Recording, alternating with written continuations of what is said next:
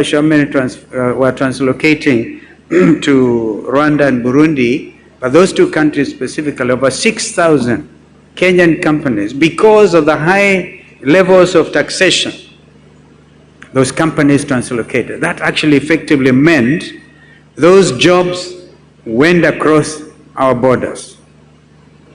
And Catherine Juma, you would agree with me that losing any job is actually being ineffective cost-wise, because these are the young people who are crying out for their country. They cannot get their jobs back. Therefore, Georgina, the creation of jobs will be a priority in the coming administration. And I think I can link that up with the question that the gentleman asked online. I think it was Mwakazi, what are the 5 issues, executive orders you would issue if you are to become the next leader? And I want to tell you, I've already pronounced myself on one very explicitly. And I repeat here before professionals, do away with housing tax. That is number 1. And that will mean that erosion of the payslip is looked after. I'm thinking very strongly, having been once Minister for Education, when we advised President Kibaki then to think of free primary education. And one time, please Kenyans may have forgotten, I actually ran to be president. If I do it, it will be second time round. And my votes were stolen, were they not? Got close to 1 million votes, and others were stolen. Never mind. That is history. But then I spoke very clearly about a 24-hour economy.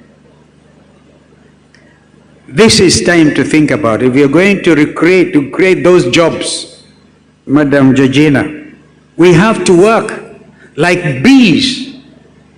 We have no time to waste. Every Kenyan who is unemployed is a big problem to all of us. And then they turn violent, we call them goons. And then become ready for political leaders who have lost focus. And they believe they can buy leadership by employing goons. Look at what happened at the promulgation. I think former Deputy President Gachagua, not former deputy. Deputy President Gachagua just wanted to name his new political party. They could not even allow him. You pay goons to cause harm, possibly death to leaders. Kenyans must stand up and say, no. I, like Mahatma Gandhi, I believe in change which is free of bloodletting. And so we will say no to goonism, because these unemployed Kenyans, you give them 500 shillings and tell them, stone Madam President, they would do it. We have to get our conscience back. But the free education should be taken a notch higher. Whether or not it will be my executive order number 2, will await the input of the professionals, Catherine Juma.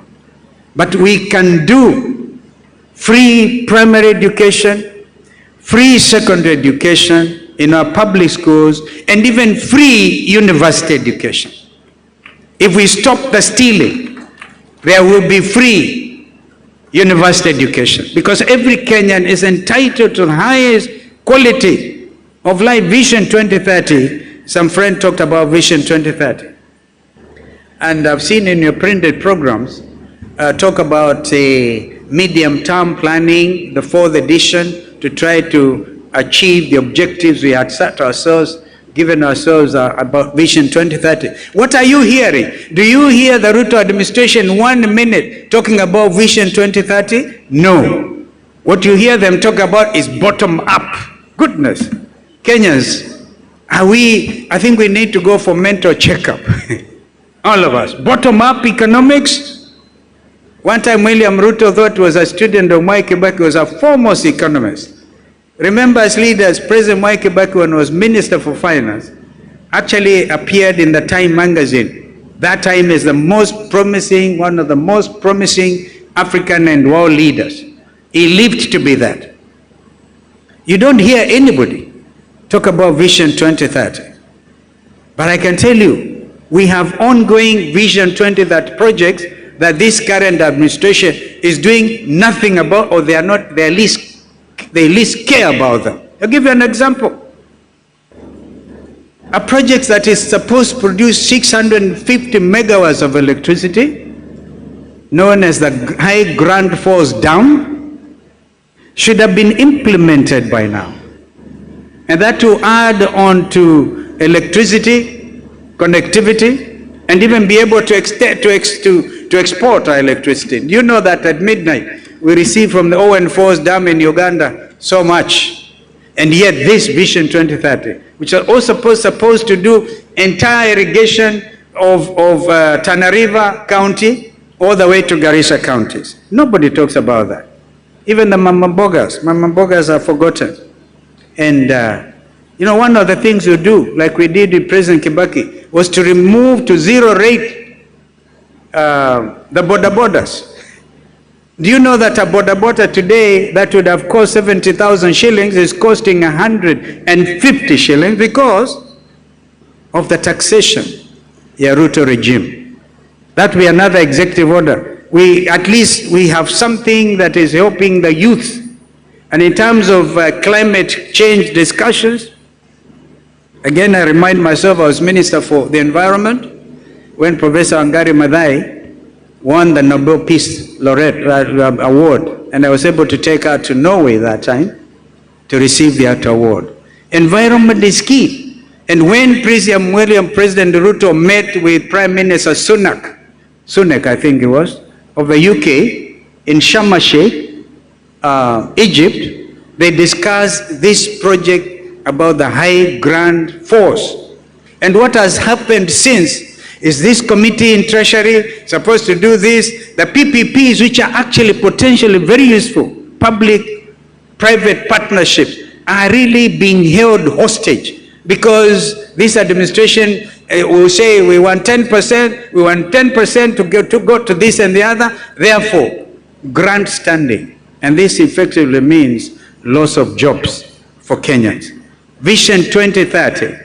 Whatever remains between now and 2030, of course, need to be amended. Africa is talking about Vision 2063. I believe myself, even as professionals, we take out our gloves and decide for once we are getting out of our comfort zones and stop corruption. I talked about you signing documents that sell out your conscience and your country. If we do that, we stop Ruto and his team from mismanaging this economy, we will be able to do stuff between now and 2030 and prepare for the next medium-term plan. These opportunities that the top advisors in the Ruto administration, including CS Bandi, should have been here to talk about. But we will issue very clear instructions. I am very passionate about free education for all citizens. And we will fund that free education when we stop the stealing.